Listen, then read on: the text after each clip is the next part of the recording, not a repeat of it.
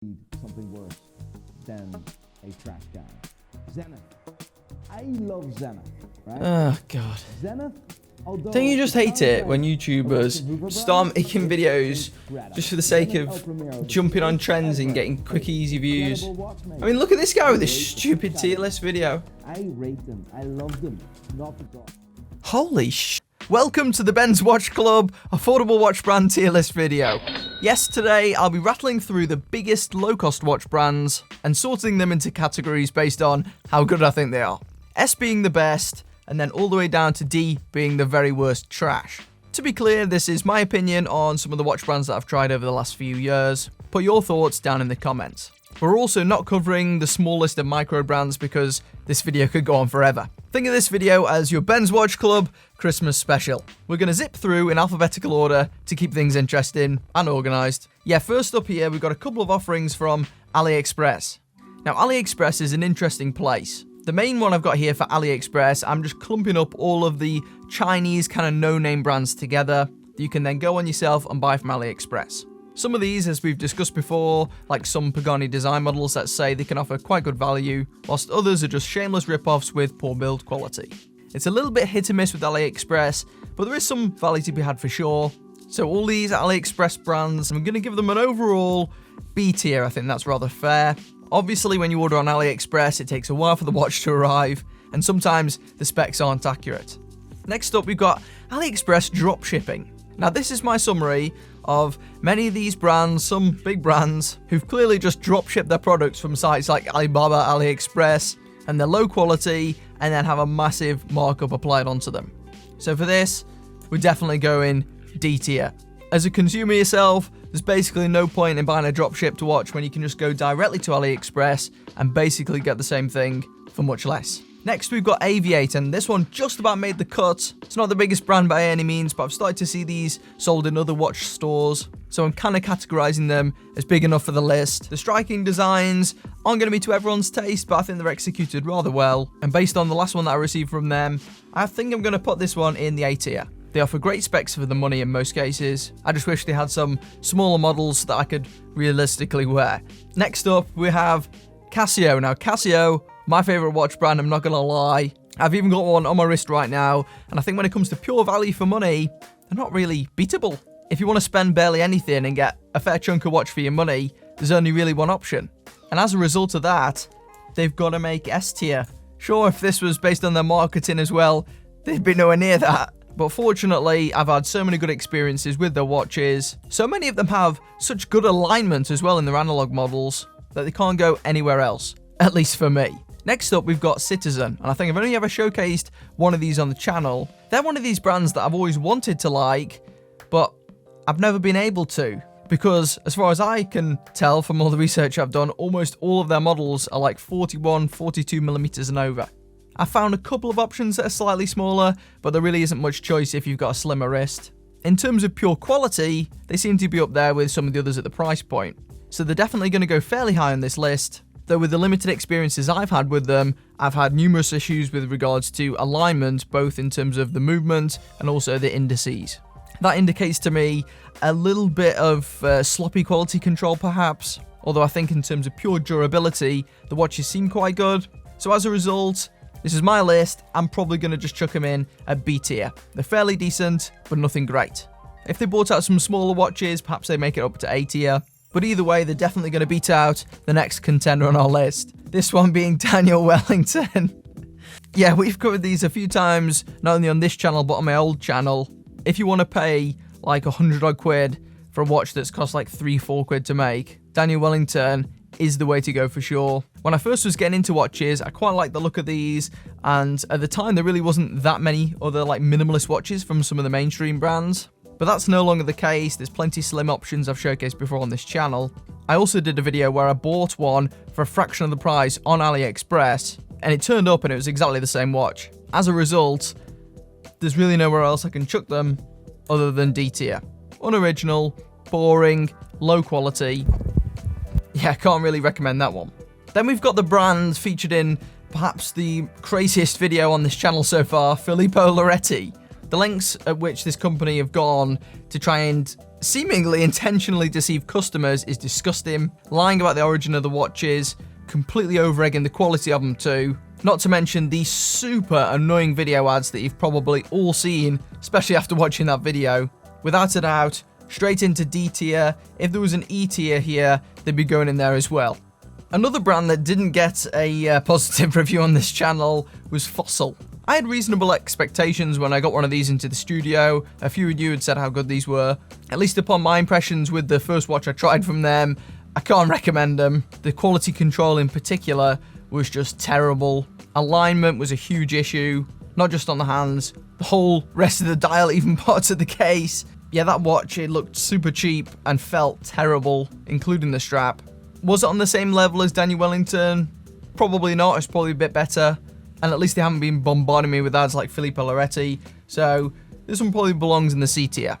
At least with Fossil, they do have a lot of original designs, and perhaps some of their other models are better, but I can only judge them on my experience. Next, we've got G-Shock. So I've put this as a separate brand to Casio because it seems to be marketed almost as a separate entity. And my thoughts towards them are a little different. I think these are undoubtedly the most durable watches you can buy, especially in terms of bang per buck. If you want a watch that you can throw off a cliff and it'll survive, then this is probably the way to go. My only thing with them is they're so chunky. I'd rather wear one of the smaller Casios instead, like that W59 that I reviewed a while back. That seems chunky enough for me. It's durable for most people, but I can see how G-Shocks definitely have a market. I mean, none of them would fit my wrist, but even so, I think they still have a very clear selling point, and as such, they're going to make it into A on my tier list. Pretty darn good. Now we've got a controversial one, Invicta. Most of you watching are either going to love or hate this brand. I am definitely somewhere in the middle with them. They've undoubtedly got the resources and potential to make a great watch. I mean, that Pro Diver I reviewed is undoubtedly one of the best value watches under £100. But it came with caveats such as the weird inscription down the side, and then you've also got the fact that it was just an outright clone of the Rolex Submariner, which is seemingly a theme through the most popular Invicta watches. Loads of them are just copies of Rolexes. Nevertheless, they are done to a relatively high standard, and there is at least lots of watches out there, some of which are a bit questionable. But I've got one coming up in the next couple of weeks on the channel that I thought was quite interesting, and they're definitely miles better in terms of quality than the likes of Fossil at least, so for me, this is making it probably to B tier. It could be going down into C because I'm not a fan of most of their designs, but it probably just about squeezes into B for me. Loris. Now, Loris are a Seiko subsidiary brand. I featured them a couple of times before on this channel, including a titanium field watch that went down super well for about 30-40 quid. That was an absolute corker of a watch, super comfortable. And if an alternative brand was selling that, they'd probably ramp the price up to like 90 odd quid. As such, I think these are really good value for money. I don't think they're quite on Casio level. Many of their designs are a bit too vanilla, I think, for most people. But overall, you can get some solid stainless steel quartz watches for a very fair price. So as a result, I'm lobbing them into A tier as well. Next up, movement watches. Okay, so I've got a history with these guys. I ripped them a new one a few years back for just super aggressive marketing. Absolute garbage quality watches, especially back then. Really bad stuff. I mean, they don't need exposing. When you've got the products in front of you, they expose themselves. Nevertheless, in the most recent video I did featuring that brand like a few months ago, I did note how they seem to be on somewhat of an upward trajectory. Now, we looked at that Arc Automatic, definitely a step up in terms of visuals and feel from all their other watches. It was just about £270. So yeah, it's certainly far from my favourite brand. Very tempted to put them in. They're going in D tier. They're going in D tier. If it wasn't for the stupid outlandish claims and this affordable luxury nonsense that they all go on about, they certainly wouldn't be in there. Now, Nixon is kind of like the good boy version of Movement. They clearly make fashion watches, but they price them like fashion watches. They're probably better quality than Movement 2. The one I looked at had much better water resistance. And they don't bombard you with adverts. So as a result, they've definitely got to go higher. I'm thinking C tier, possibly B tier. I'll probably drop it in B tier for now. We'll come back to it at the end and see if we have to do a bit of shuffling. Next up, we've got Orient. Now, Orient, they definitely have some of the most legendary watches at this price point. plenty of mechanical options. They've actually got an extensive quartz range, which a lot of people on YouTube haven't explored yet. Some people out there don't like the aesthetic look of the Orient logo itself, but I have to say I'm a bit of a fan, weirdly. You got great watches like the Casio, which came out recently, one of the best value divers around for sure. I featured the Bambino and the TriStar on this channel as well. They're almost unbeatable, especially entry-level mechanical, so I think they've got to be up there with Casio. They're definitely one of the best cheaper brands. And they do have some more premium lines too, which maybe one day I'll investigate. Next up, we've got Rotary, who are particularly popular in the UK. Used to be a Swiss brand a while back, then kind of moved to the UK, then no one really knows where they're kind of based now or where they're producing the watches from. Probably China. But they definitely still play into this Swiss thing a bit more than I'd like. In terms of quality, they seem okay, certainly nothing special, and when you look at retail stores, it kind of seems that most of their popular models are just Rolex lookalikes. There doesn't seem to be a clear design language, and as such, they're going in B tier.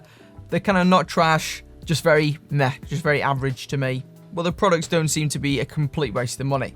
We got a big boy, Seiko. Sorry, the logo's chopped off there. There's no doubt about it, Seiko have got some absolutely killer watches. I featured 3 of the best looking watches in a recent video for sure, all of which were Seikos. The brand's definitely behind the times in other aspects though, such as some of the marketing strategies, and they're not very clear when they discontinue products. They haven't got that many styles for some of the younger audience either. For me, I'm kind of torn. I'm thinking A, maybe S tier. They have got some great individual watches, but then again, they've got tons that they've discontinued, so I'll probably drop them into A for now. Maybe they could make it up to S tier. One that won't be making it to S tier is Skaggen. This is a Fossil sub-brand. My opinions of this one, I think it was better than Fossil. The design I looked at least was like this minimalist style one. As with a couple of the other watches on this list, they had a few QC issues, not as many as the regular Fossil brand. I'm unsure if these are made in exactly the same place by the same people, but my reviews on them were slightly improved. Probably not enough to bump it up to a B though. I'm going to keep this one in C. Once more, going with this whole Denmark thing, even though the watch is made in China. I don't like that, it's deceptive. We go from a slightly smaller brand to a bigger one, Swatch. I've already made my overall views clear on Swatch in a video I did a while ago. These types of watches, they just kind of don't appeal to me. I can maybe see how other people would like them. They have got lots of original designs, well, in fact, tons of original designs. But to me, they look and feel more like a toy, which isn't something I like. Maybe it's something that you'd like, but not personally. Are they as bad as the ones below it on the list? Probably not. And have they got some good watches? Yes, they do. There's one coming up on the channel in a few weeks, which I actually really liked. Much better than the 2 I previously reviewed, so make sure you stay tuned for that one. And as a result of that watch, I'm bumping these up a bit. I was tempted to just lob them in C, but I think I'm going to chuck them in a solid B. They're like high up B as well. I'm going to chuck them somewhere there. Yeah, they're not bad. I wouldn't just personally buy the plastic ones. Next up, we've got Timex. Super popular brand. Got plenty of watches. I've reviewed a few of them on this channel. My overall feeling with Timex watches is the quality for the money isn't as good as the likes of Casio for sure, or Seiko for that matter. But they do have some really nice looking designs. They're bringing out new ones all the time. They're putting some marketing effort behind them. And they are getting people into watches that might not otherwise have been. I'm still yet to find a Timex that I am really in love with. And as such, I don't think they can make S tier and probably not A tier either. I think, again, they're probably above Swatch for me. They're like the top of B tier. In my opinion, they're asking a bit too much for some of their quartz watches, as I mentioned before. And I've also experienced multiple alignment issues, a bit like with Citizen. One thing I will credit them for is releasing multiple sizes of certain watches though. Gives me some options. Okay, now we've got Tommy Hilfiger. I see these all over the place. All over Amazon and other retail stores as well. Honestly, just trash. Tommy Hilfiger watches are like ones that you pick up at the garden centre in terms of quality. Maybe that'll change in the next few years because I've heard the likes of Calvin Klein have improved. But yeah, come on Tommy, you need to up your game, mate. Stop selling this Chinese garbage. We're on the topic of Chinese garbage. Vincero. Now, you know what? These actually, in terms of pure what you get for the money, they're certainly better than, in my opinion, they're better than a Fossil. They're better than the likes of Daniel Wellington and Movement as well.